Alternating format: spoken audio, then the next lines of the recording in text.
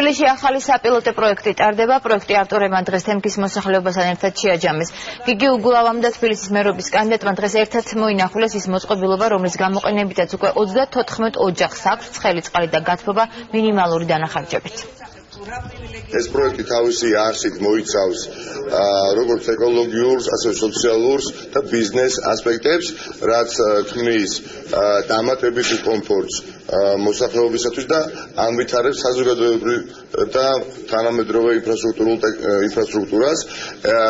მარტივად შეგვიძლია თქვა დღეს აი ამ კორპუსში მაცხოვრებელ თითოეულმა ოჯახმა რეალურად იგრძნოს ზამთარში ქვითრით, რომელიც მოვიდა კომუნალური მიმართულებით 30% ხარჯი შემცირდა. თუ ჩვენ რეალურად გვინდა ვისაუბროთ კომუნალური გადასახადების შემცირებაზე ჩვენი მოსახლეობისთვის.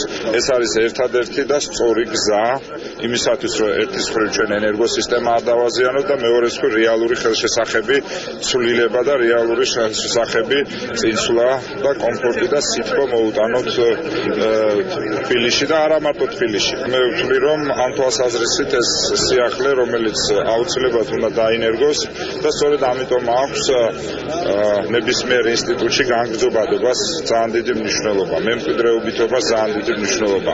ეს ის პროექტია, რომელიც დარწმუნებული ვარ, იგივე ნიკას გამარჯვების შემთხვევაში აუცილებლად განხორციელდება, მაგრამ ნებისმიერი სხვა კანდიდატის გამარჯვების შემთხვევაში ამ პროექტზე მე დარწმუნებული ვარ, არც ერთი კანდიდატი უარს არ იტყვის. ადამიანებს ყველაზე მეტად კომუნალური გადასახადები უჭირთ, განსაკუთრებით ზამთრის პერიოდში.